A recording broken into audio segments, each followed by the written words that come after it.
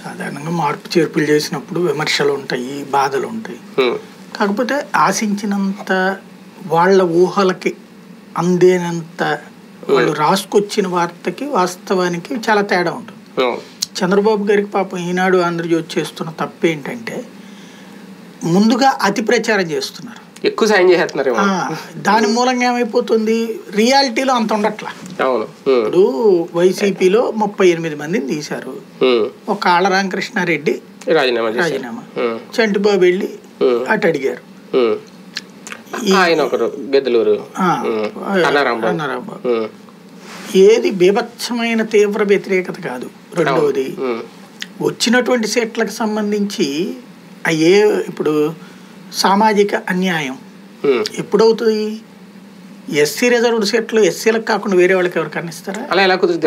మరి ఇప్పుడు పూతల పొట్టు ఎమ్మెల్యే బాబు మాట్లాడాడని 2 రోజుల పాటు పేపర్లన్నీ రాశారు, పూతల పొట్లు నాకు అన్యాయం చేశారు అన్నటువంటిది. అంతకుముందు ఉన్నటువంటి ఎమ్మెల్యేకి అన్యాయం చేసిన ఈయనకి ఇచ్చింది అంతే. వీళ్ళకి అన్యాయం అంటే వాళ్ళకి అన్యాయమే. అంతే. నియోజకవర్గాల్లో మార్పులు అనేటువంటిది నీకు సాధారణంగా ఇక్కడ ఒకటి ఫినామినా గుర్తుపెట్టుకోవాల్సింది ఏంటంటే, ఎమ్మెల్యేగా నీకు టికెట్ ఇచ్చారు, ఇచ్చిన దగ్గర నుండి జనంలో ఉండాలి. గెలిచావు, గెలిచాక జనంలోనే ఉండాలా. అంతే. పాత రోజుల్లోకి మళ్ళీ కుదరట్లేదు ఇప్పుడు జనానికి.